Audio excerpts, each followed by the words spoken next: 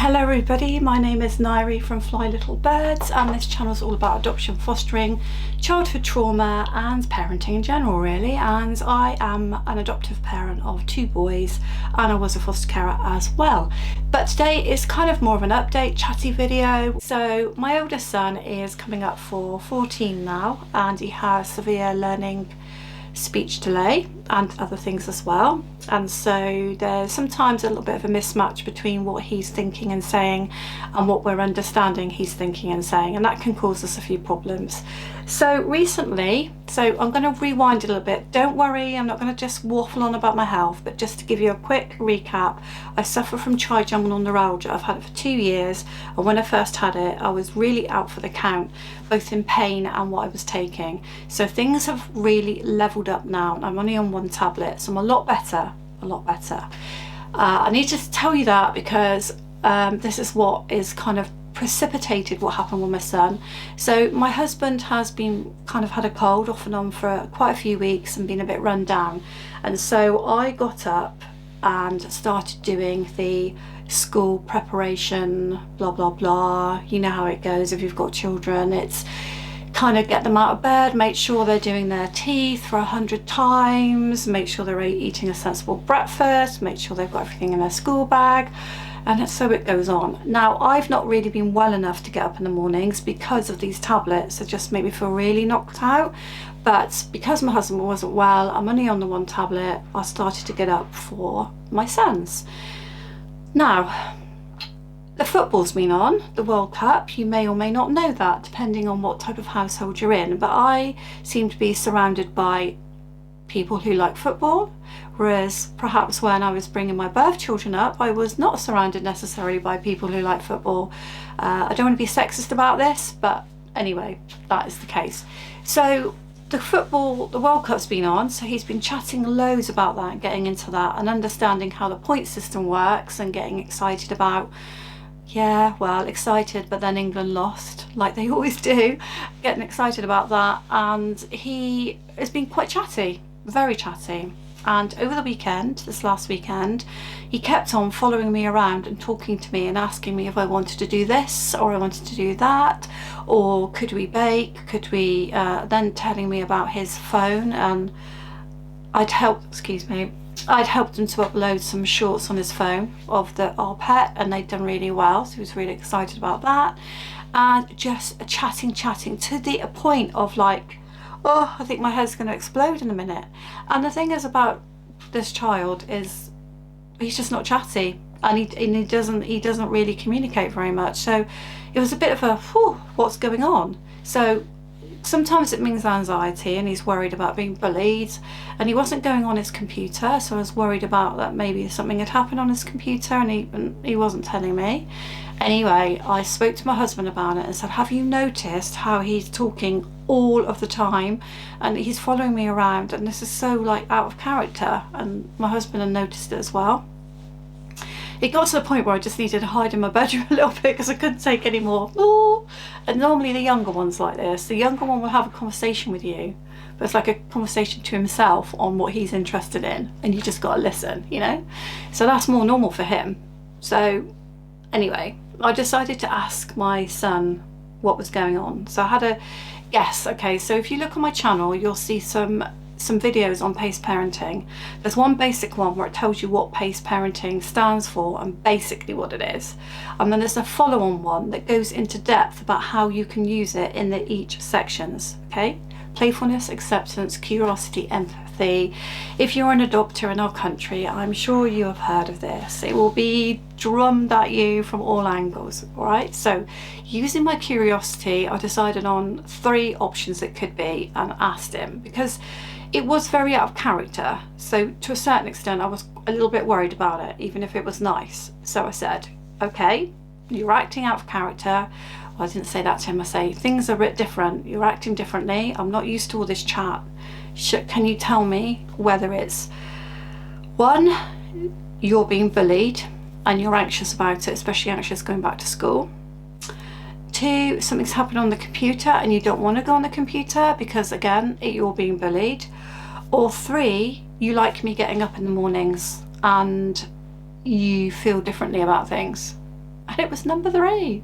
Yay, it was number 3. So there's pure attachment for you. When children follow you around and they want to be close, again, look on my channel.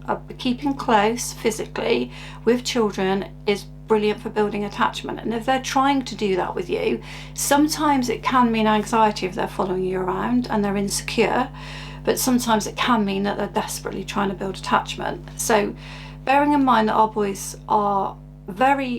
have had severe childhood trauma, one has been diagnosed with it as a diagnosis, then they have lots of issues around attachment. And so yes, you could look at this from a negative point of view that he's trying to follow me around, but it's definitely a positive thing, because even since that weekend, excuse me, coffee coming out again, it's very strong, I don't know. Ooh. Even since that weekend, he's still been chatting away. I've still been getting hugs, random hugs, which sometimes those random hugs just don't feel right, but these do. They're quite relaxed and kind of like he's not awkward and things like that.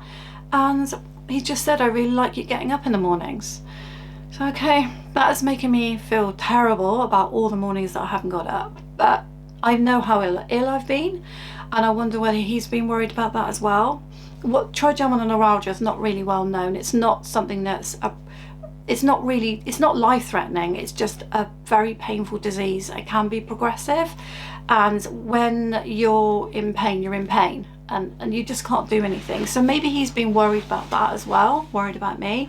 But anyway, it's really good, and it's somehow changed our relationship for the better. That's a good thing. So I'll tell you about my younger son a bit later, but just to move on from him as well, we have been doing an EHCP at school, which is like a statement of educational needs. So you might call it something else where you are. So just to say, this channel is not just for people in the UK. So if you're watching from anywhere around the world, nearly all of my videos are worldwide appropriate. Okay, so he is having this EHCP done. It's got through the first stage, and now it's where kind of like the government council is looking at whether it's right or not, and I really don't think we'll have a problem getting it. And then that opens up doors for him for the future, for independence, because our biggest worry about him is excuse me, I normally do cough a lot during my videos, but I always edit it out because I've got something going on here.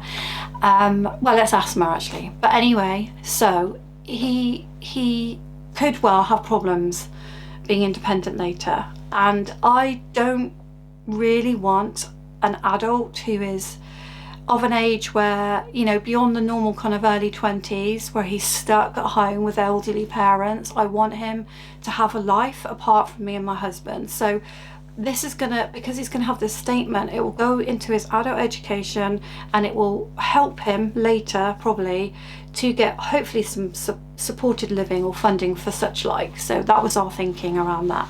So that's him. And I'm in the process of filling out a disability living allowance form as well, because again, I'd quite like him to have some funds attached to him that don't relate to us. And we do have to prompt a lot, even now at 14. We have to check, prompt, yeah, and so it goes on. So that's him, okay? So that's him. So something else that I talked about before in my chatty videos is my book. Now my book is finished, and my book I plan to bring out this year. However, I was waiting for Jessica Kingsley to come back to me on some comments, because they said they don't want to publish it because it's too narrow. So it's UK adoption process, so it is narrow and it's a guide. So it's narrow and it's narrow. It's narrow and it's narrow, and that's fine. I get that. I did wonder if that might be the case, but I was just hoping, a small amount of hope, that they might champion me, but they haven't. That's okay. So but the guy who was a partner said, but I will take a quick look at it. And I'm like, great, fine, I'll take any feedback I can get. Well, I'm still waiting. Again, I understand that, but I'm a bit frustrated because he said he would and he hasn't, and so I can't wait forever.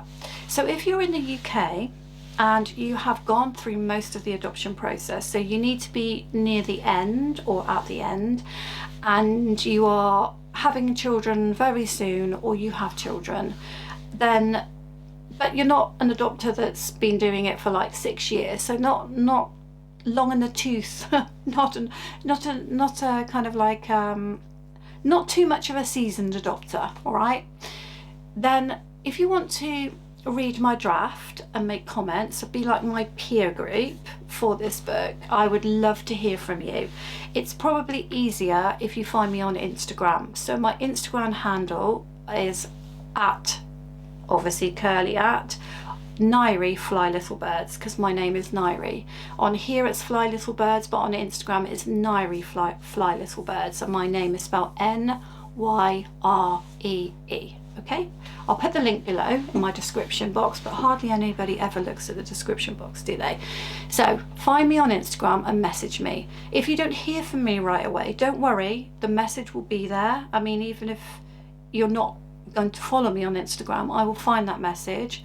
But Christmas is coming, so if you don't hear from me before Christmas, don't worry, because I'm gonna kind of go for it after Christmas. I've got one couple already who have they've adopted a sibling group, and they did that sort of maybe 6 months ago now.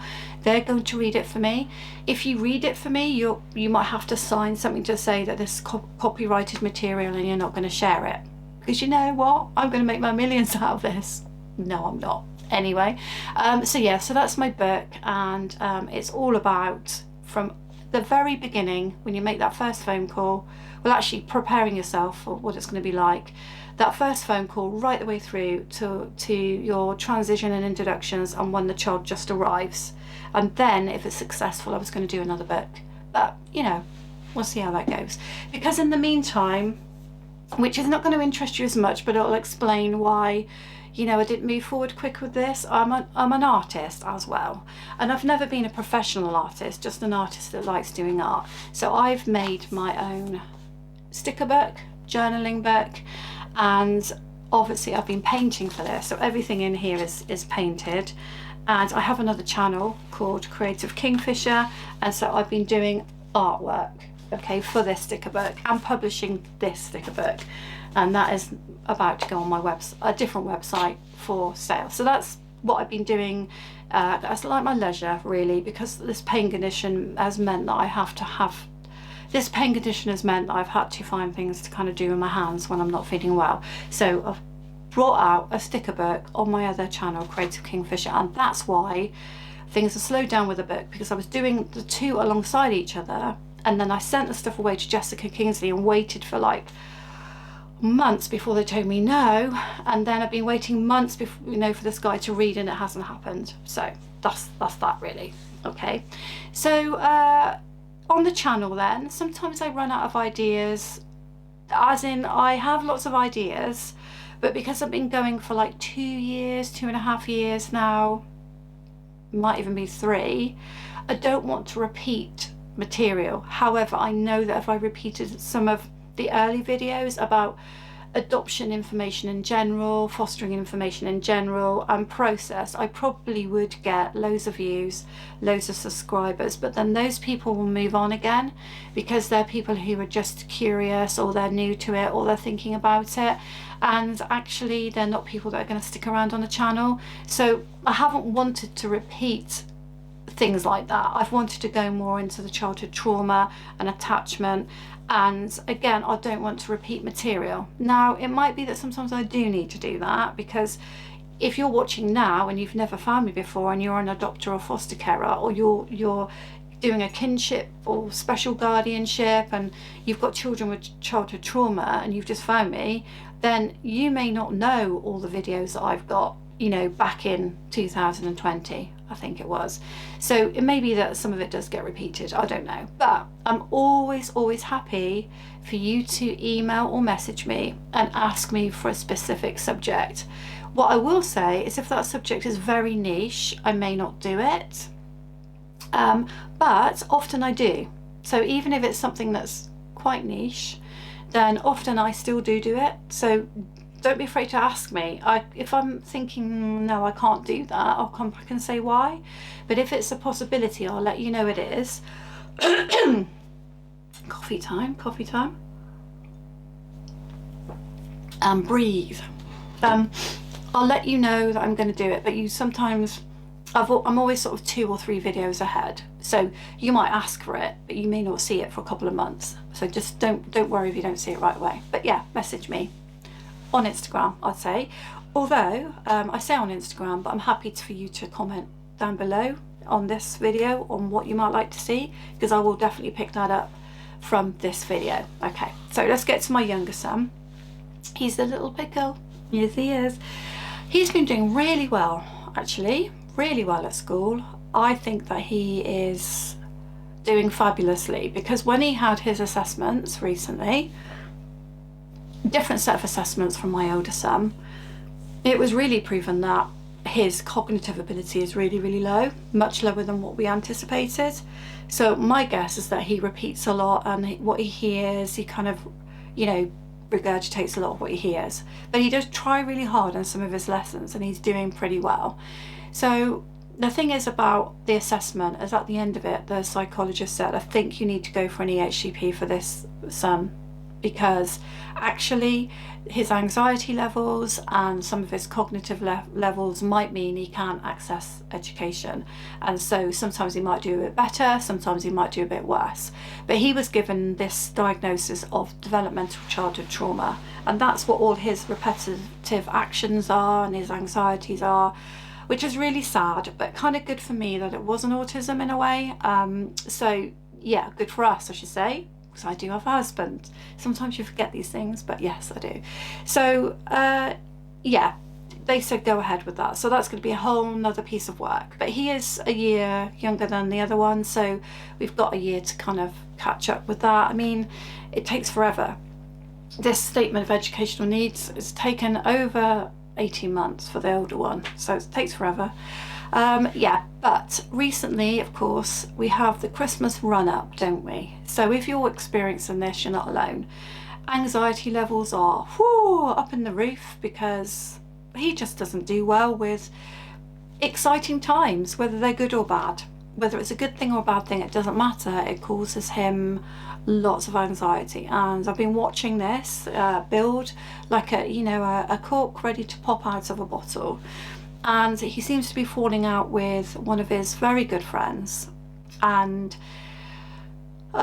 sometimes it will be, people will tease him because he's quite easy to, he reacts quite quickly, and I think people find that funny.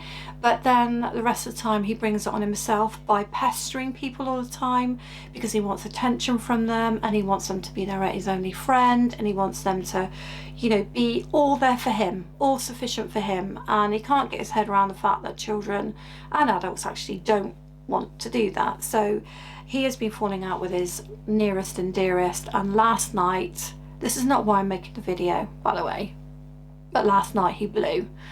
And he hasn't done that for, I'm going to say 4 weeks, and that's a very, very long time. You know, a proper meltdown, as in screaming, everything you say to him, screaming back the answer, the frustration, holding his head, hitting himself, just, I mean, it's kind of good that he didn't get out to hitting out. He started to throw a few things. I said, look, I had to rein that in. I said, you carry on doing that and X, Y, and Z will happen. Whether that would have made any difference, I don't know, because he was in that place kind of thing. I kept saying, come for a cuddle, come for a hug, and he wouldn't yesterday, which is unusual, because that normally diffuses. And this went on for, I want to say, an hour and a half of screaming, shouting back at me, everything I said. For some reason yesterday I felt really calm, which normally my husband is the calmer one, and normally I snap and I have to walk away, but I didn't yesterday. And I managed to, in the end, he came for a hug in the end, and he calmed down a little bit, and I just said, I think you've messed up with this boy, really, haven't you? You know, it might not be all your fault, but I think you've probably messed up with him, and you probably need to, you know, say sorry that you're really stressed at the moment. And he did actually agree with me.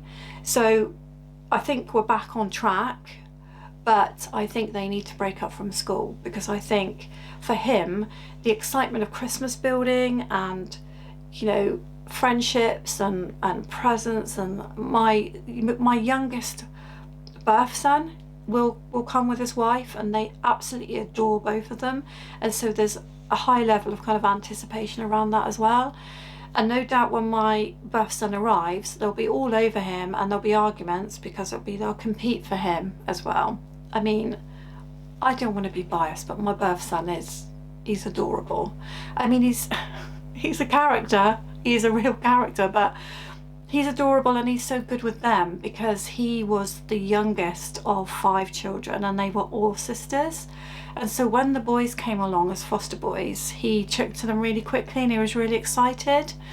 And then when we adopted them, of course, and they became his brothers, well, it's just, you would never, ever in a million years think that they're not full, you know, birth-related brothers. Never in a million years, because the relationship is tight, as it is with a lot of my children. You know, a lot of my daughters are really, really, really close to the boys, so it's really lovely. But anyway, yeah, the excitement of Christmas is not always a positive thing for children who've suffered trauma.